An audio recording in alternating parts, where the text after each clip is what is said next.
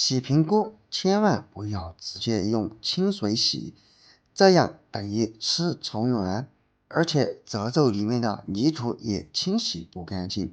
今天给大家分享一招，洗出来的苹果褶皱里面的泥土、虫卵都不见了，一起来看一看吧。大家好，我是鹏鹏。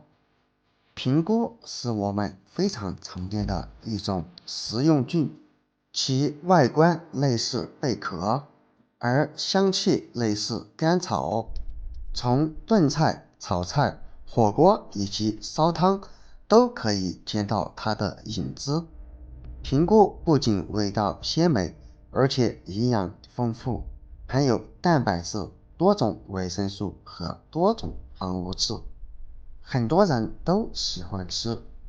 大家都知道，吃苹果之前，我们需要将它根部给剪掉，因为它的根部上特别的脏，而且也特别的粗糙，影响口感。但是有很多人在清洗苹果的时候，都会直接用清水来洗，其实这样是洗不干净的。这样洗出来的苹果等于吃虫卵续晶，而且苹果里面的褶皱也含有许多的脏东西和灰尘。今天给大家分享一个洗苹果的方法，这可是酒店大厨教我的，快一起来看一看吧。把所有的苹果剪好以后，我们需要将每一朵摘下来，把它撕成我们需要的大小块状。当然在撕的过程中，不要太大也不要太小，太大的话难以入味也难以熟透，而如果太小就可能把它煮到非常的融，这样吃起来口感也会相当的不好。把所有的苹果全部吃好以后，下面就来看一看我们是怎样来清洗的吧。首先在苹果里面撒入一些食盐，因为苹果在生长过程中可能会沾染一些杂质，甚至是虫卵。这些杂质和虫卵如果通过简单的水洗是非常难以处理掉的。然后我们也可以再加入一点点白醋，最后再往苹果中加入一些食用小苏打。加入食用小苏打可以有效的去除苹果上面的农药残留。把小苏打均匀的撒在瓶中，然后往瓶中加入凉水，水的量一定要多。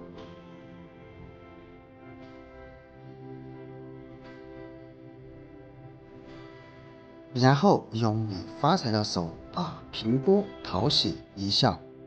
食盐不仅可以有杀毒消菌的作用，而且还可以利用它的渗透作用，有效的去除苹果缝隙里面的虫卵和杂质，而且还可以去掉苹果中带有的苦味，这样可以让烹饪出来的苹果口味更佳。